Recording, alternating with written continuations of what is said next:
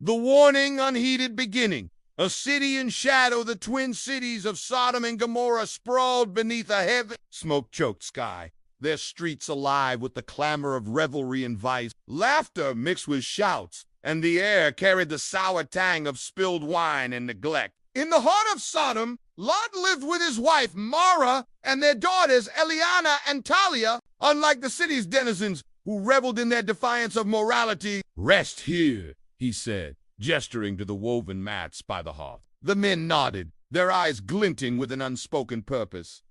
As night deepened, the city's pulse grew darker. They fled into the night, the city's din fading behind them. Lot gripped her arm.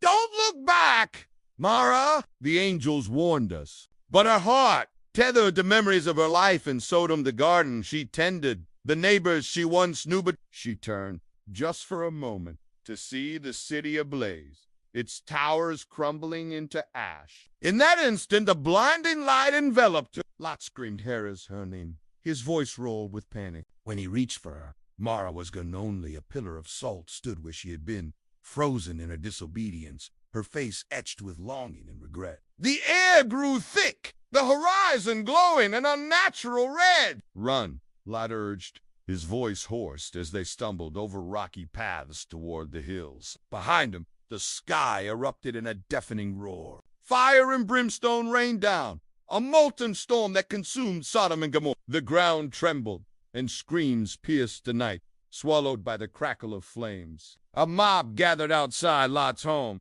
their voices a guttural chorus demanding the strangers be handed over for their cruel whims. Lot's heart pounded as he stepped outside, facing the sea of shadowed faces. "These are my guests," he shouted, his voice steady despite the fear clawing at his chest.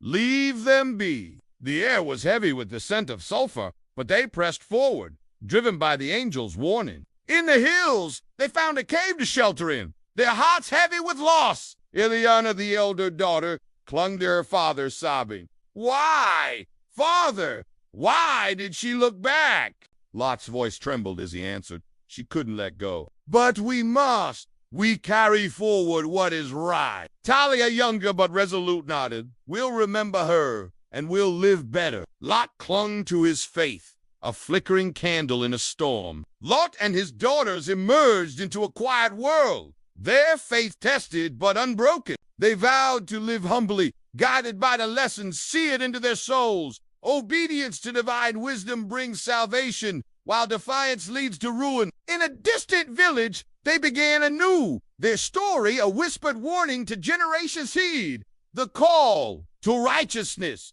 and never look back. His home was a modest sanctuary, its walls adorned with woven tapestries, a reminder of a simpler life. Lot's heart ached as he watched the city's descent. "Mara, we cannot stay blind to this," he said one evening, his voice low as he gazed out their window at the flickering torches of yet another raucous gathering. Mara, stirring a pot over the fire, sighed. "We've raised our girls to know right from wrong. Lot, that's enough, isn't it?" But her eyes betrayed her doubt, and Lot felt the weight of their isolation. That night, as the city roared, two strangers approached their doorman, cloaked in dust-worn robes, their faces calm yet piercing. Middle angel's arrival and the mob's fury, Lot welcomed the strangers with bread and water, his hospitality a reflex born of decency. The crowd jeered, pressing closer, their eyes wild with malice. Inside, Mara clutched her daughters, whispering prayers. The strangers rose,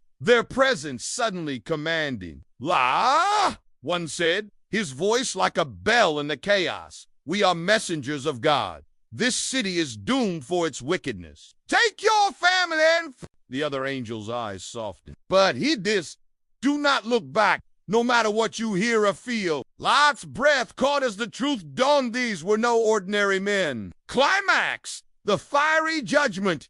The angels urged haste, and Lot grabbed Mara's hand, pulling Eliana and Talia close. Mara's steps faltered. "My home," she whispered, her voice breaking. "And the new door." Lot and his daughters staggered onward, tears streaming down their faces. As dawn broke, the plains below smoldered, a scar where the cities once stood.